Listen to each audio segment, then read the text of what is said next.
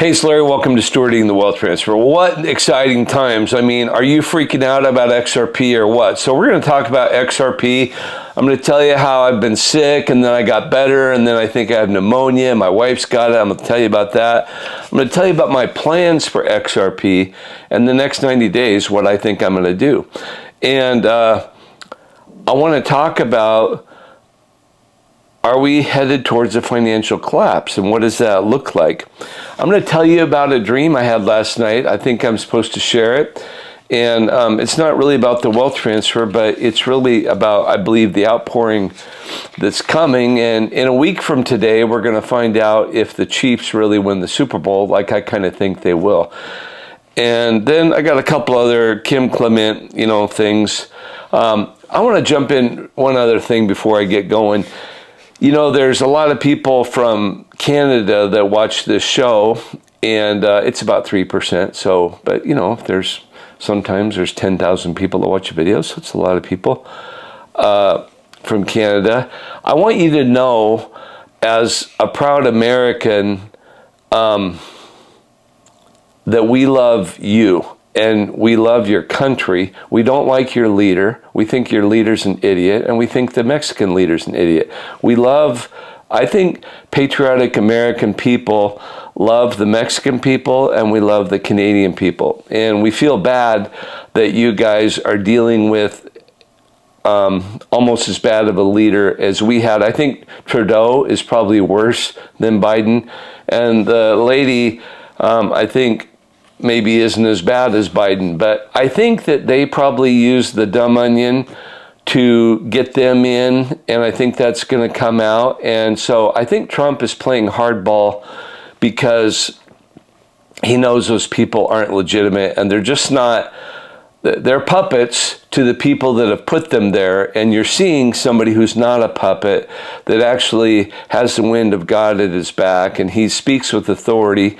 And some people don't have my opinion of who he is, but I believe, because of what Kim Clement said about him, he is a man in authority. He is a man on a mission. He's a man of destiny, just like many of you are called to be people of destiny. And so we don't dislike you or your country. We love your country, but I think that you're going to go through short-term some pain, and you're going to be in a much better place. It's not like, screw you, we're Americans, we're better, and we don't want anything good for you. No, it's going to be a win-win. I almost assure you of that. That's kind of the way that Donald Trump, people, he gets great negotiations. He doesn't lose, but for him to win, the other person doesn't have to lose. I do not like people who negotiate win-lose.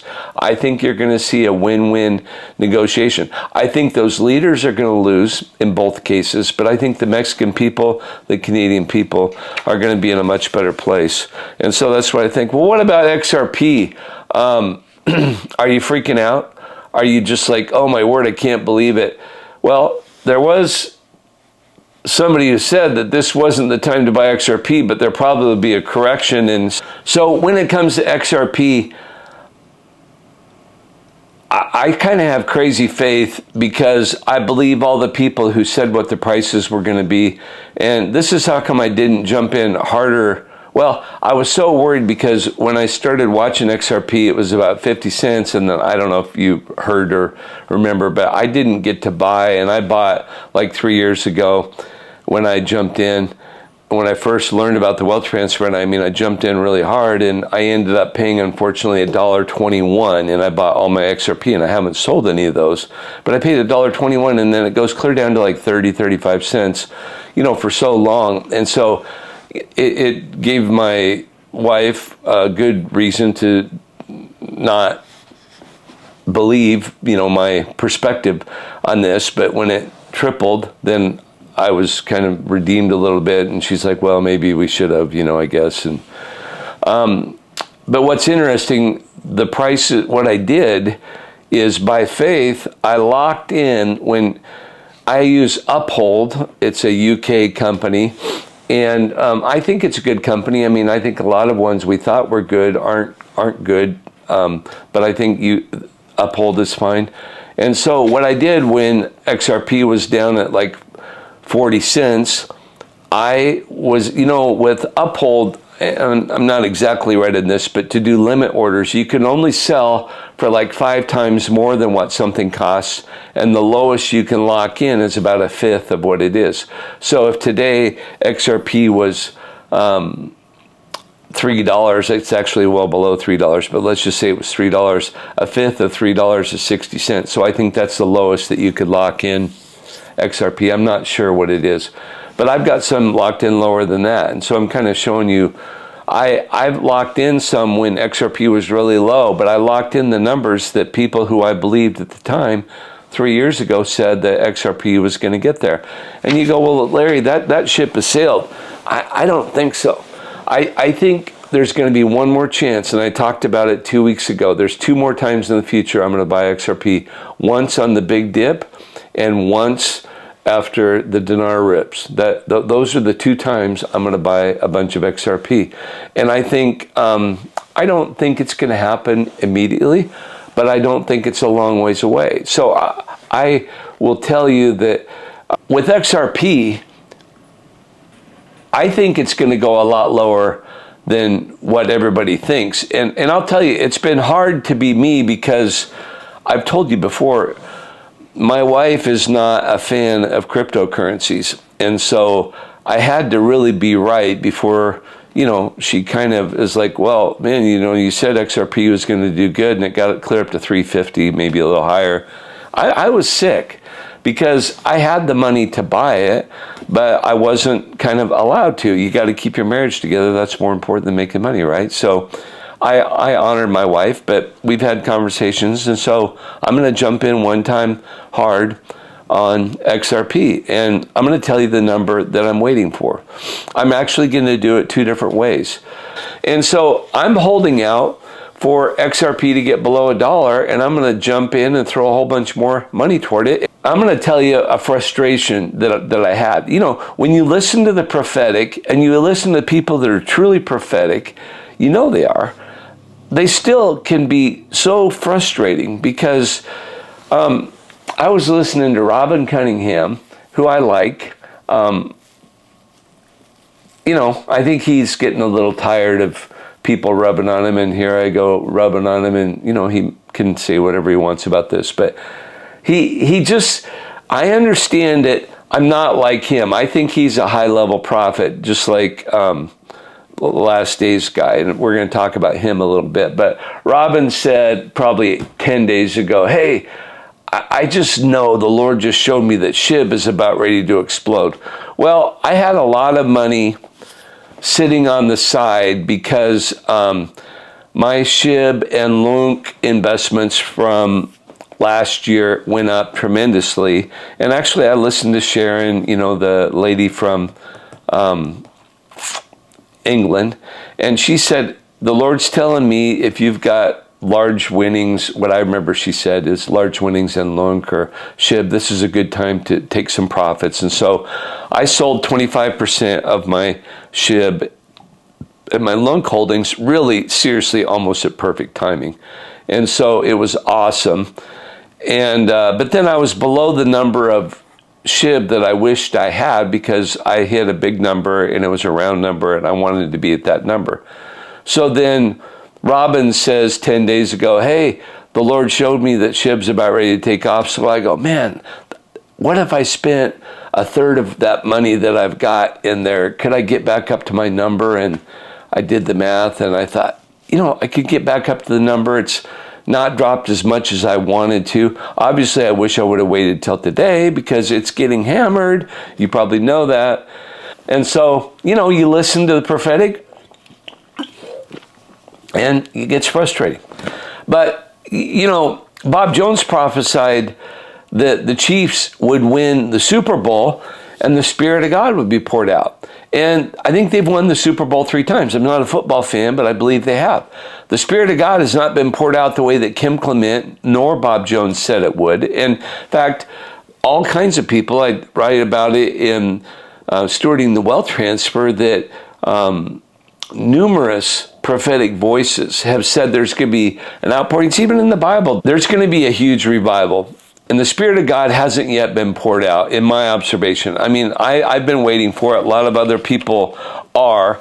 And was Bob Jones wrong that he said that when the Chiefs win the Super Bowl, the Spirit of God's poured out? What if they win in a week from today? I think they will. I think that shortly thereafter, the Spirit of God is going to be poured out. I mean, when I look at Kim Clement's words, and I write in detail about it in The Rise of Kingdom Billionaires, why I think so much that we are right on the cusp. And like I didn't really realize until I wrote The Kingdom Billionaire, there's an overlay of the 4 years of the wealth transfer, the 4 years of really a reformation, and an apostolic reformation, and the 4 years of Donald Trump's presidency kind of all line up.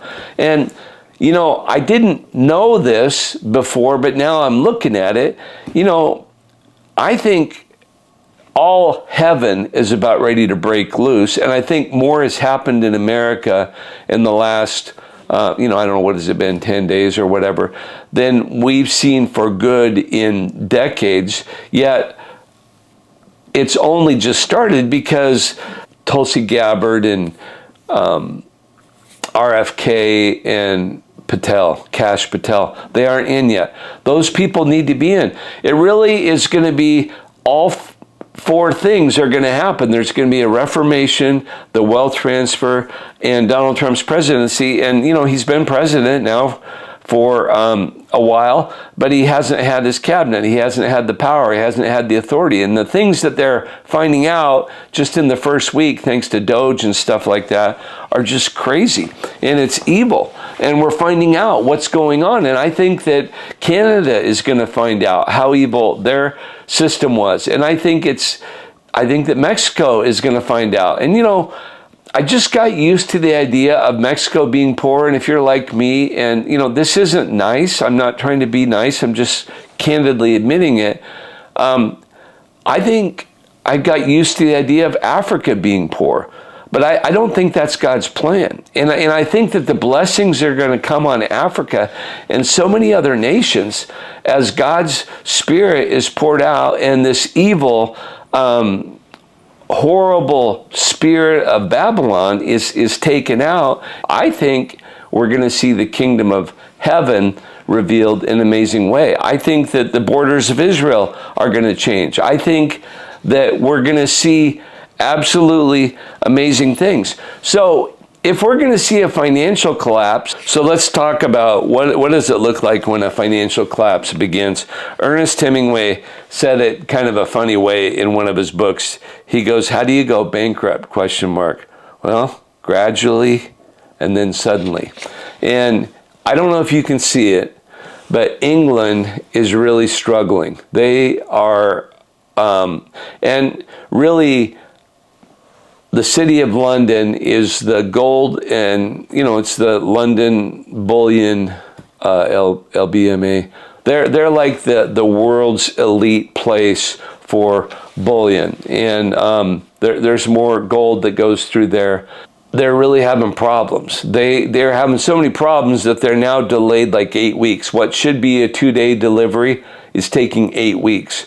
And that's exactly what it looks like when somebody's about ready to go bankrupt. Some people don't look there. They're not paying attention to that. All the channels that I watch are freaking out. They're like, this is really happening. This is how people who've cheated, but it's so big, this is what it blows up. That's how George Soros got so rich. He bet against the pound, and he broke the Bank of England, and he became, you know, a billionaire because of that one thing, and people were really mad at him, but he saw the cracks and the stress, and it's like, you know, they say a little Dutch boy put their finger in the dike, and it holds on for so long, then all of a sudden the whole thing gives away, and I think you're going to see that. In fact, Kim Clement talks about it. Kim Clement had a real interesting comment about the UK.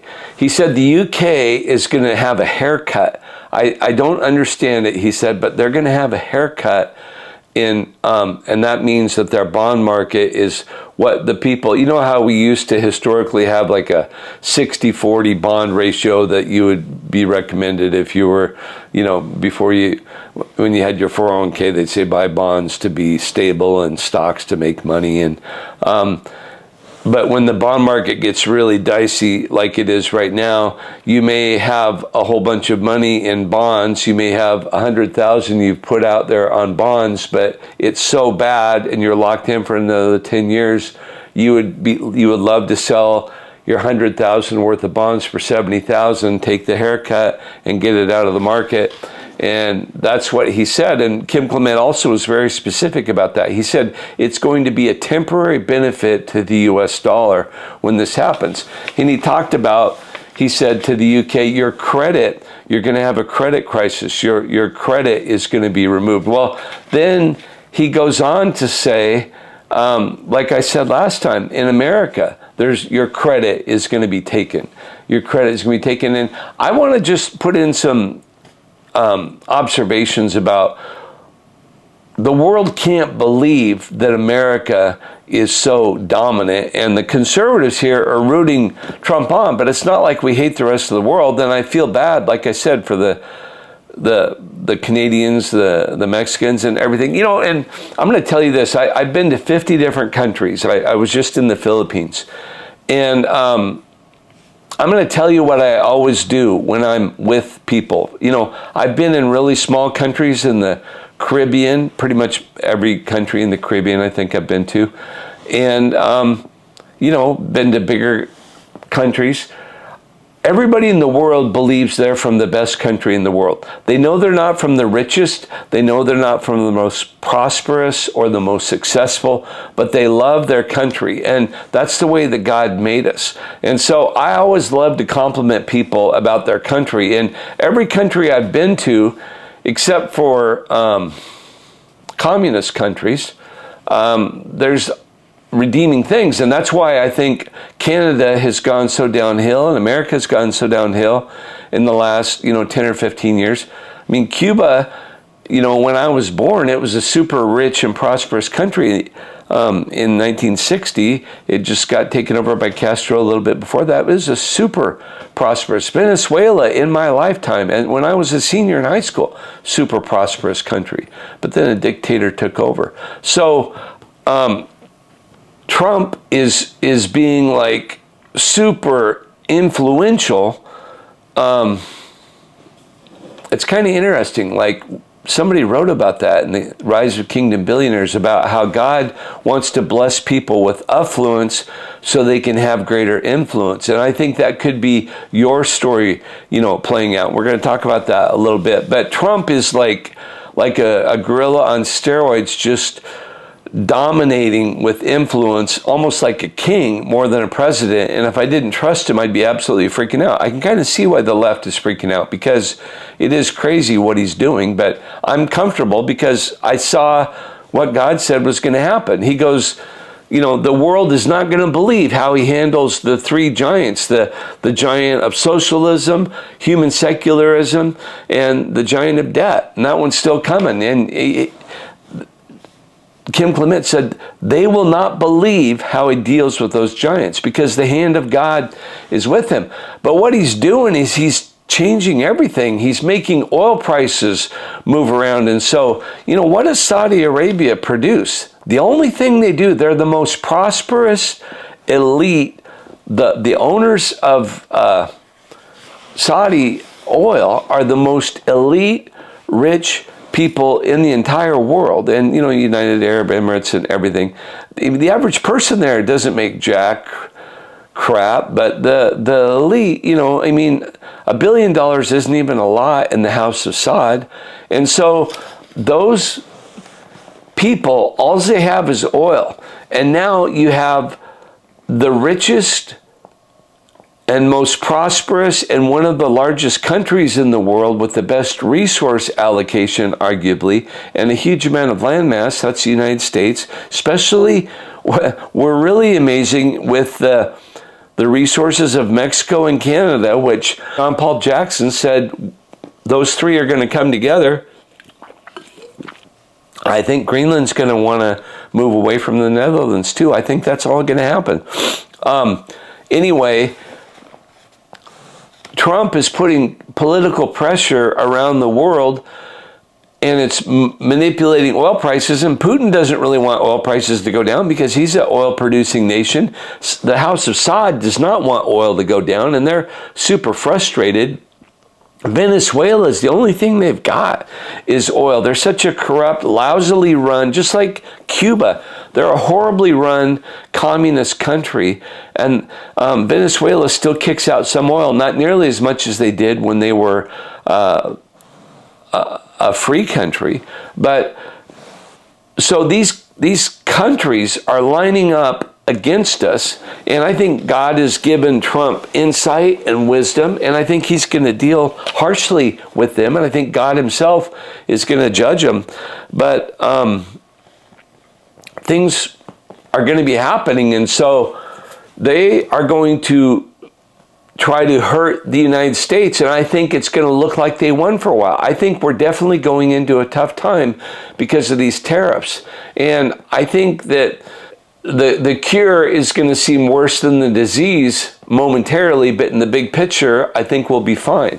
But don't think that there's not going to be no consequence and we're just going to keep winning and it's going to be so easy to be in America. In fact, I want to remind you, last days, Brandon, I'm going to refer you to a video he did less than a year ago about the future of the economics of the United States. It's a really short 4.5-minute video. It's right here.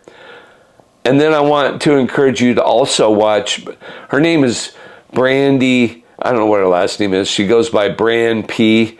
And if you look up Brand P and XRP, it's one of her first videos that really went crazy.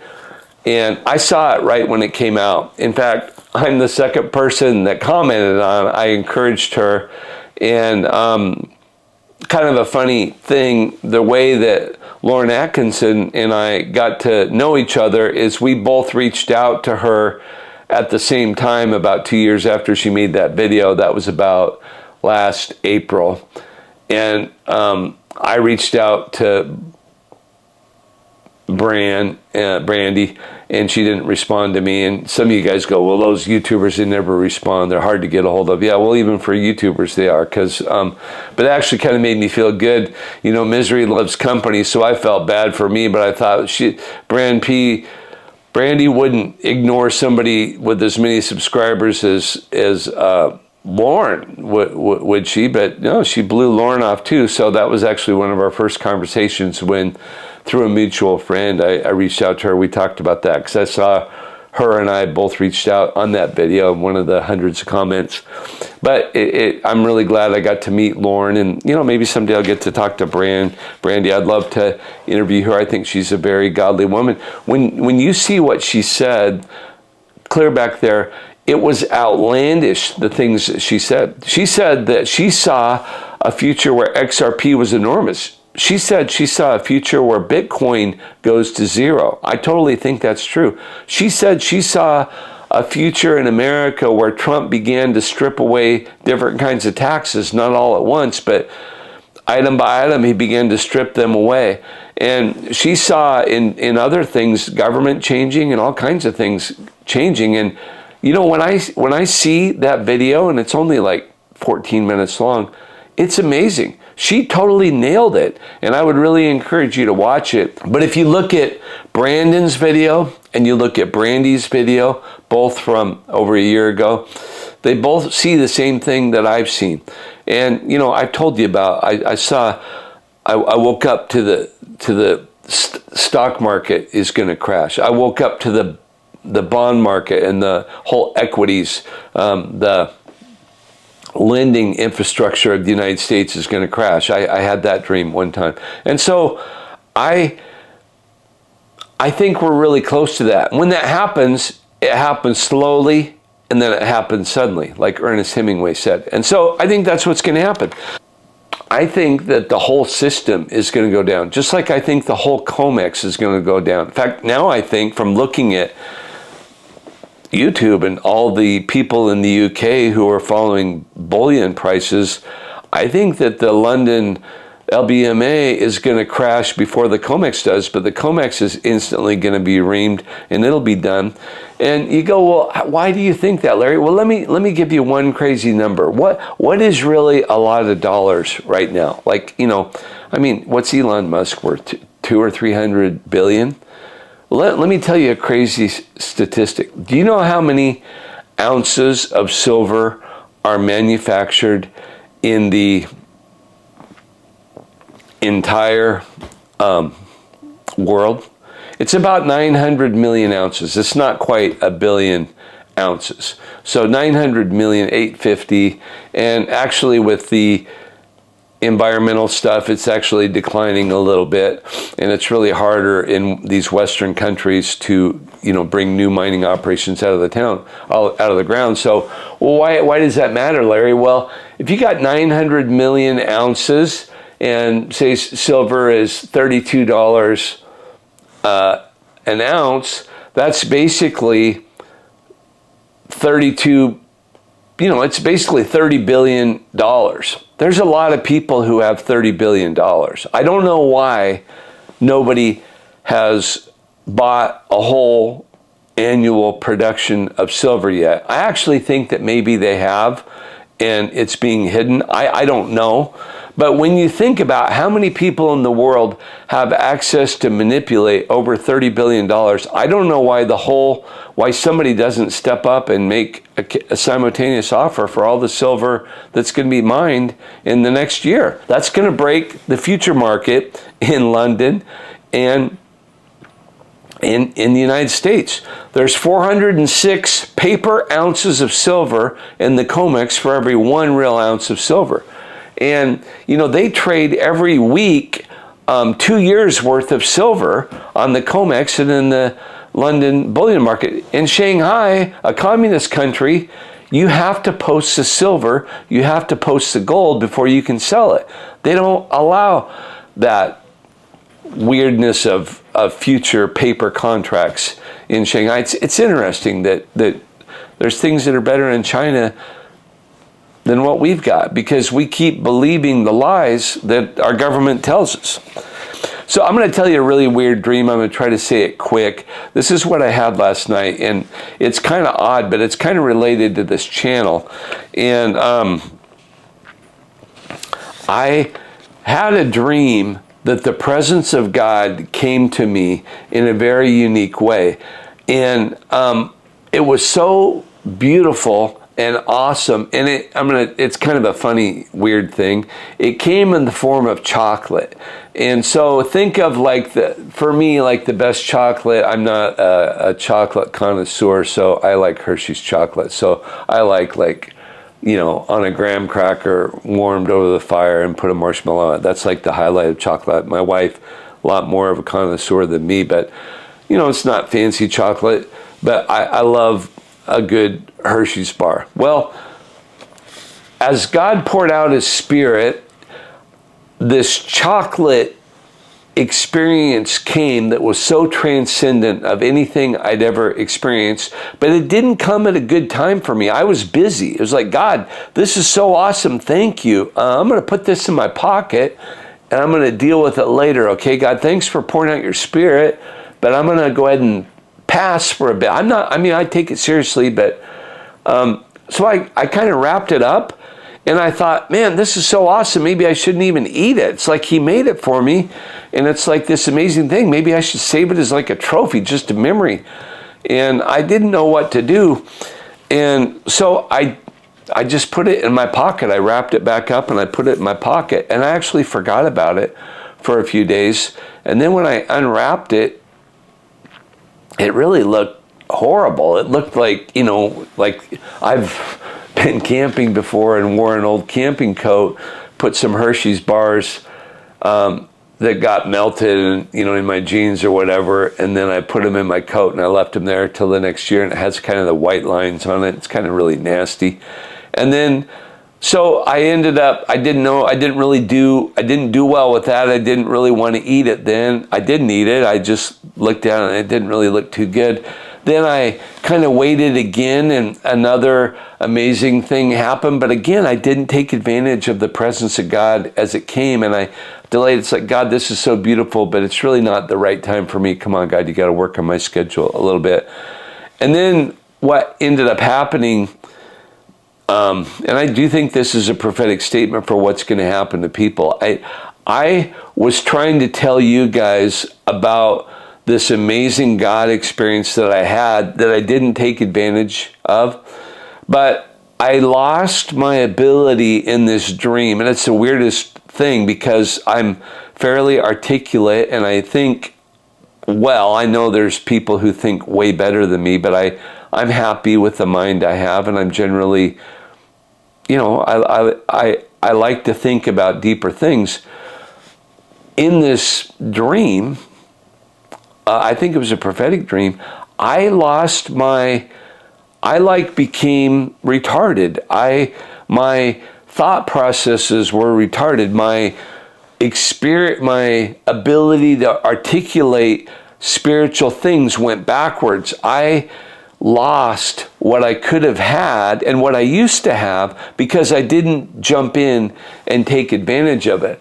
And so, you hear these prophetic people, they say, oh, I had this dream and I prayed and, God answers it. And I've had prophetic dreams before and I didn't understand it, but I think maybe I did understand this one. Here's how I understand this after praying about it this morning.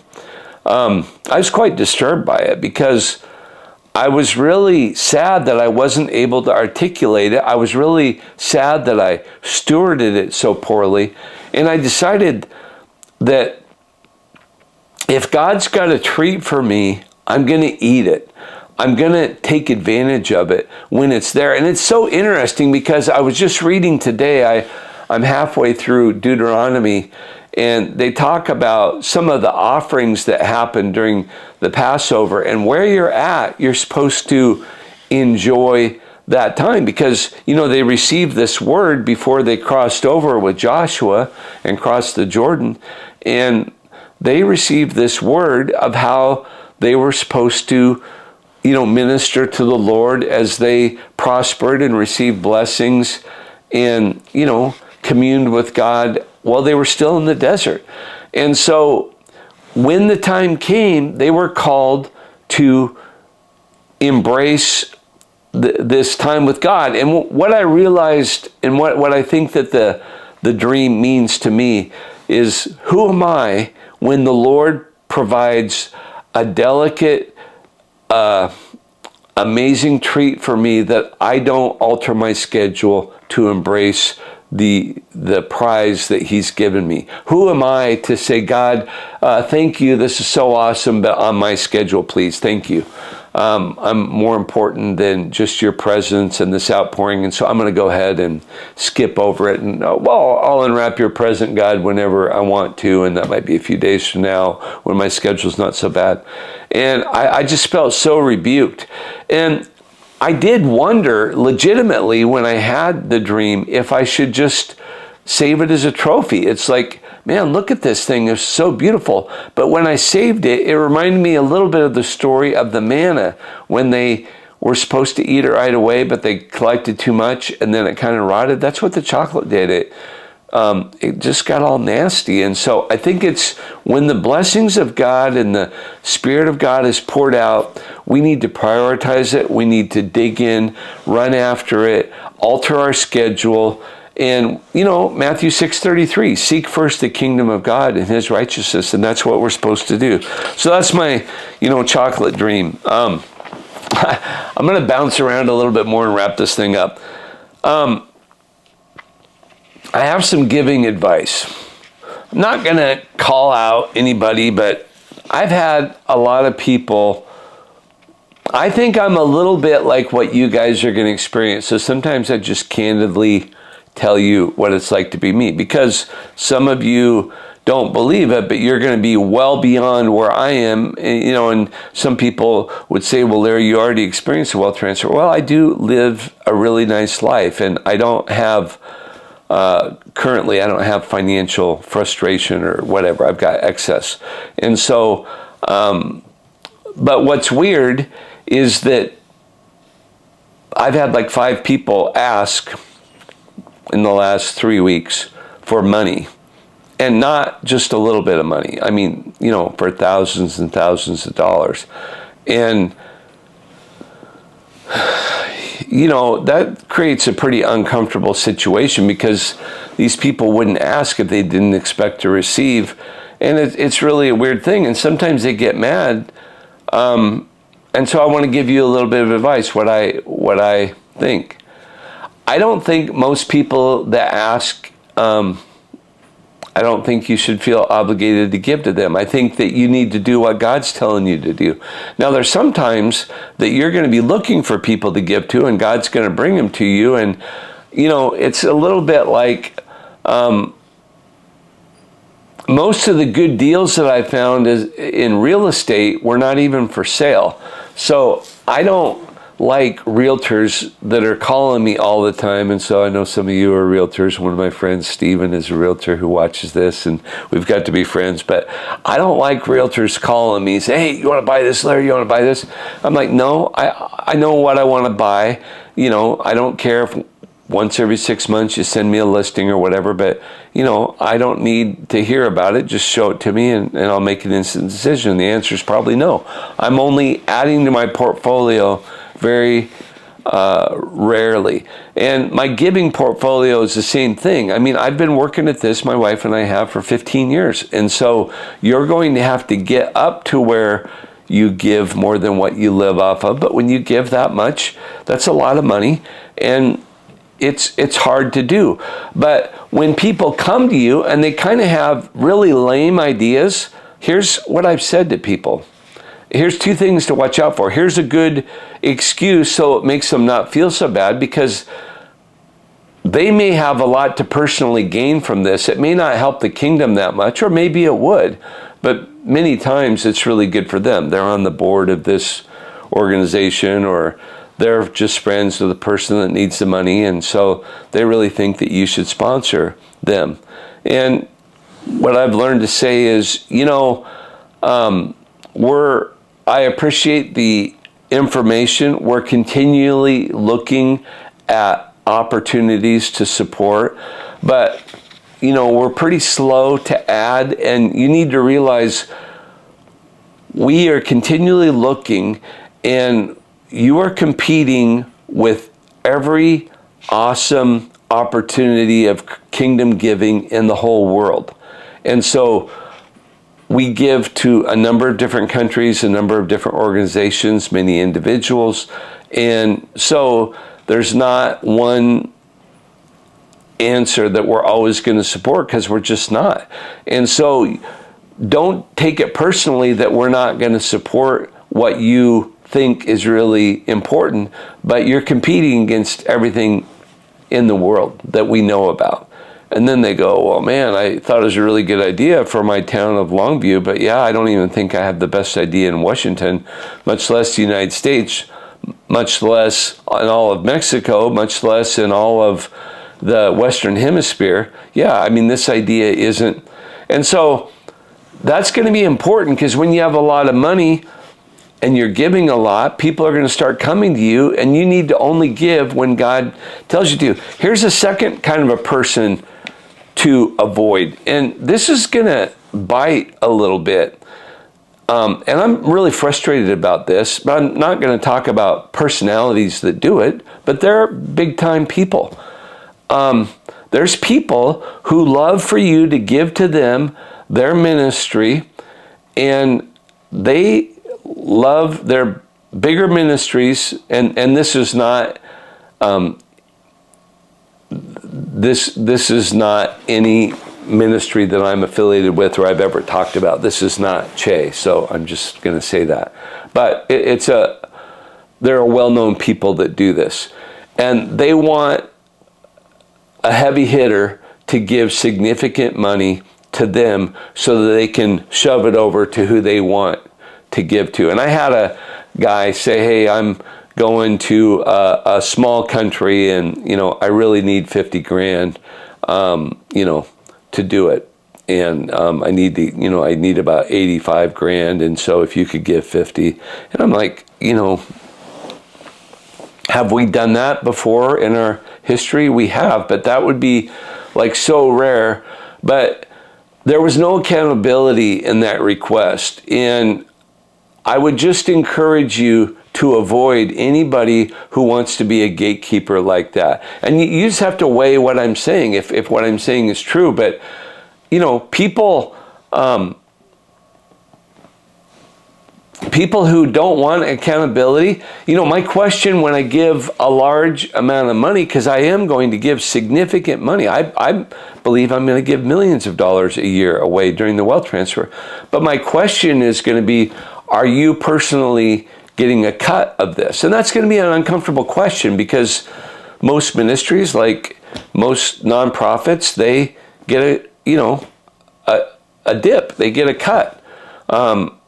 Almost every ministry does that. I don't know if you know that, but you know, the Assemblies of God does that. We support Assembly of God missionaries. They all, 5% goes to the national office. I don't think 5% is bad, but I'm not going to give $1 million to somebody and they get to take 5%. I'm just going to say, hey, do you want the end result? But I'm not giving you 50,000. I'm giving the organization you believe in $1 million. And here's how you can tell if those people's goal is to be a gatekeeper or if they're kingdom-minded. Because if they will not tell you who to give the money to, then I would just say, you know what, I guess we're done, because I don't really want to play the game like that. But if you would introduce me to them, I would love to, you know, make a generous gift, and I would, you know, thank you for, you know, helping make this connection, because most ministries actually have plenty of money. There's just a lot of ego that's fed by being able to give these big gifts. And how they give big gifts is they hang out with heavy hitters and make them feel good. And these heavy hitters don't think through giving, and they don't, you know, I think I've thought through giving, and I think I've been around it, and I probably have more of a theological background than many far more successful business people than me. And so they're happy just writing a 6-digit check to a ministry. And then, all good, I just, you know, my tithe is good now, and, you know, I can get blessed. And God does bless them, and, you know, but I'm just not going to give to a gatekeeper like that. And I would encourage you not to either. I would encourage you to prayerfully find the best thing that you can give to in the whole world. Finally, I'm going to talk about one last thing I just saw this week when I was looking at Kim Clement's stuff. I came across, I was looking on houseofdestiny.org or kimclement.com, and you go to the database and you look at the prophetic database, and I put in new music, because there's so many times that this anointing, and I'm going to tell you what I think is going to happen. Some of you, I know, looked at that, 2819 church, and I had some feedback actually from friends, not off the channel, but personal friends. They got back to me and said, man, that guy is anointed. It's exactly like you said. Well, what I think is going to happen, and I think this was confirmed to me this week looking at Kim Clement's prophecies, God one time through Kim said, Kim, I want to tell you the world's music is boring.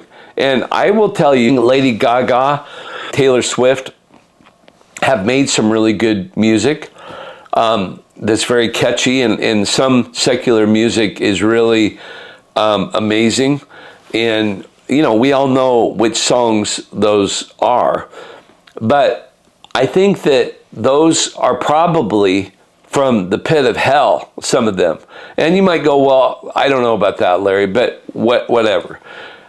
I think you're about ready to hear directly from heaven itself. And I think it's going to come from small places, and I think it's going to bubble up. But I mean, Kim Clement talks about it's going to come from Israel. It's going to come from East LA with people that weren't Caucasian to start, and it's going to move over to India, and it's going to go to Iran, and it's going to even, I think, Iraq and Syria. I mean, it's crazy, this new music that's going to come. And so I think you're going to hear about that. And when you hear it, you're going to know it. And it's going to be so attractive. And some of it's going to be even a rap, which I've not found a lot of rap, you know, at my age that's that interesting. But I'm very curious because Kim even says, and, you know, I do say in the book that there's people that I think this year are going to get saved that are kind of my age. They've been around a long time. People like Mike Tyson, Stephen King, and Eminem are all going to come into the kingdom. And I believe this is the year that he prophesied that that would happen. So another thing I remember, just as I'm talking about old Kim Clement prophecies, there's going to be so much evil that's going to come out about what Hollywood did that kids are going to suddenly hate Hollywood. I mean, young people, it's hard to believe because they're so starstruck now. But Kim Clement talks about how, oh, mom, dad, I don't want to be like what they do in Hollywood. I don't want to be influenced. I think Hollywood is going to absolutely lose all influence. I think it's going to be shocking. And that's just based on what Kim Clement prophesied. So it was a long, meandering compilation today, but I hope that you do well with your XRP. Don't look at this coming turn down, this meltdown, this blow up. I think it's going to last weeks. I think it's going to blow up in the UK first. I think Japan is probably going to blow up second. And then I think we are going to think it won't happen to us, and it's going to happen to us. And the oil-producing nations of the world are going to love it. They're going to say, you lose your credit because, you know, you screwed with us and we don't like your leader and your America First narrative. And you can see why the world is sick and tired of Donald Trump and his dominance. But God is going to take us, and we're going to be better off for what happens. And the thing is, I believe that what God has called Donald Trump and America to do is to raise a level of righteousness and a standard of integrity of voting systems. And I think that because we've used the voting systems that we have, the rest of the world has used them. And when they find out that our systems have not been fair for us, they're going to be shocked. And they're going to want the same fair systems, and they're not going to be coming out of Venezuela and Cuba in the future. So you guys have a great week. We'll be in touch. Have a good one. Enjoy watching your XRP go downtown, and then smile and jump in hard when it gets below $1. Have a good one.